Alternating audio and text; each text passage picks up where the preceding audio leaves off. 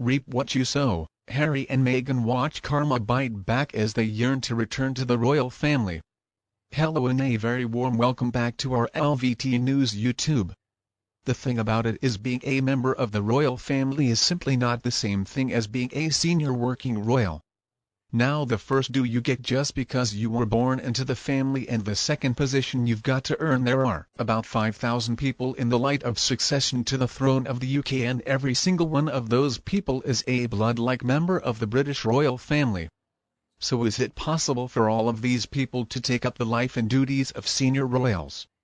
Well, no, I mean, maybe they can take up the life of a senior royal. Whatever that means. As long as they find it themselves. But can any of them just take on the public role and the duties of a senior working royal because they want to? Well, no, they can only do the job if they receive an invitation from the big boss, and of course, the big boss is the monarch. Senior working royals perform their duties in direct support of the crown, and the monarch has to approve, and the monarch staff have to manage the entire process, all the planning, all the organizing, all the scheduling, all the making of travel arrangements, appointing which person is going to go, where, who does what, when, and how. It's just like in any other big company. And the monarch is the bar, so they are responsible for paying the bills, the expenses, the stipends, the staff salaries, premises and equipment, travel leads, utilities, and so on and so forth. Senior working royal personal staff also need to work with the monarch staff to keep everything and everyone on the same path and in sync so that everything can go as smoothly as possible. But none of this really has anything to do at all with being born royal. It really has a job you got to do with the boss aside. You're going to do. The boss is the one who pays the bills and your expenses too. Perhaps you get a stipend and maybe you don't, and the boss is also responsible for making that decision if you don't like it, and if you choose to leave, well, that's fine. You have the right to do that.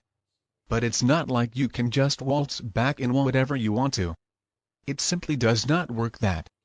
So Harry and his little family could return to the UK if they want to. But it's not like they can just pick up where they left off when it comes to being working royals. King Charles has made that very clear, both in a speech about Harry building his life overseas and also in removing Frogmore Cottage as their home base in the UK.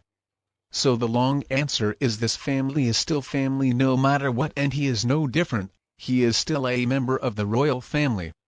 Even if they completely take away his titles, he would still officially be a member of the family, and nobody can stop him from coming back to the UK. He is still a citizen unless he gives that up or unless it's removed. So the fact is, he has a right to return.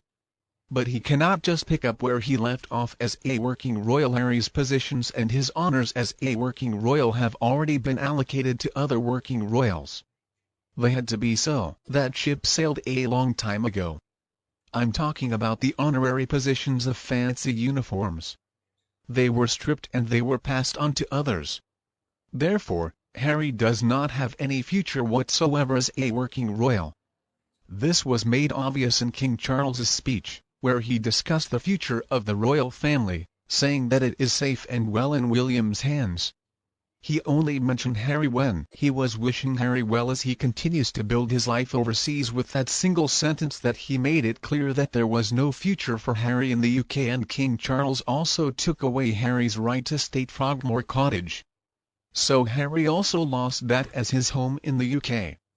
The thing is, when Harry threw down the gauntlet, he really miscalculated. He thought that he had the power to be in charge, to call all the shots, but unfortunately for Harry, the Queen decided to call his bluff, and she made it pretty clear why he was not the boss of the firm, and he never would be with his childish. I mean, what if an employee of a big corporation came into work and said, "My wife and I have talked about it and we don't really like the job. It doesn't really suit us. We don't like the hours. We don't like the work. Instead, we want to be able to choose our own hours. We want to choose what we want to do. We want to be our own bosses. But we still need to keep the same salaries and all the same benefits and the same titles too. Even though we have decided we only really want to do what we want to do when we want to do it." Well, The late Queen gave Harry the chance to think things over and Harry opted out, and these are the consequences of that decision. So basically, Harry quit his job and then he turned around and said so many horrible things about his employers and his co-workers in interview as a media and in that stupid book too, and to make things worse, he was inaccurate, and some of what was said by Meghan and by Harry himself has proven to be lies. I can't even imagine they believe they are setting father and brother free. They can't believe that nothing the Montessori malcontents do is for anybody except for themselves. And how many companies would welcome back an employee who pitched a little fit like a baby in the floor when they didn't get their own way, stopped out yelling "I quit," and then went on to spread all kinds of lies? Well, nobody. I mean, Harry does not have a future as a working royal in the UK, and that is a direct result of his actions and his words. He made quite the fall. He went from being a beloved prince to one who people can't respect anymore. And at the end of the day, this is Harry's problem. He had a lot of success with Invictus, and I think all that success went right to his head. Obviously he thought that it gave him the right to do whatever he wanted to overset the mark. I think Harry was shocked when he got his wings clipped, and that explains why the decision to leave was done without consulting his grandmother or his father. It could be that Harry believed they would give in to his demands, but of course they didn't, and what followed became so toxic, so nasty. Nobody is bigger or more important than the crown. Harry was supported financially by his father for over a year, which was a really nice thing for his father to do. Things didn't work out as planned. I know the pandemic came, COVID came, and by all accounts, the year agreement was extended, but Charles started the sick of Harry asking for more and more money rather than trying to rein in the spending habits. Harry is also not a child. He's an almost 40-year-old man by now. He should be able to be independent, to stand on his own 2 feet, and he's also a very rich millionaire. Now Meghan has to earn capacity as an actress who is pretty well connected. How much support do they really need?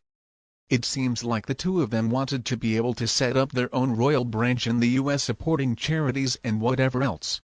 But obviously that hasn't happened. I get the distinct impression that Harry believed that his title was going to give him an advantage, and he blamed his family for the lack of progress because he's not going to blame himself or Meghan, but he knew the score as Prince Edward experienced similar problems, and truth be told, without the HRH booze projects became pretty scarce and the advantage quickly disappears. You have got to be on top of your. But instead, Harry and Meghan decided to start this campaign of kissing and telling, probably hoping that Charles would pay to stop them. He obviously called their bluff though. I mean, how much of what they accuse the royal family of is true is debatable, because the royal family is never going to. But we do know of some lies that were told for sure. And that puts these other accusations into serious doubt. They're going to have some genuine complaints. But it looks as though they have padded things out to fill the time slots.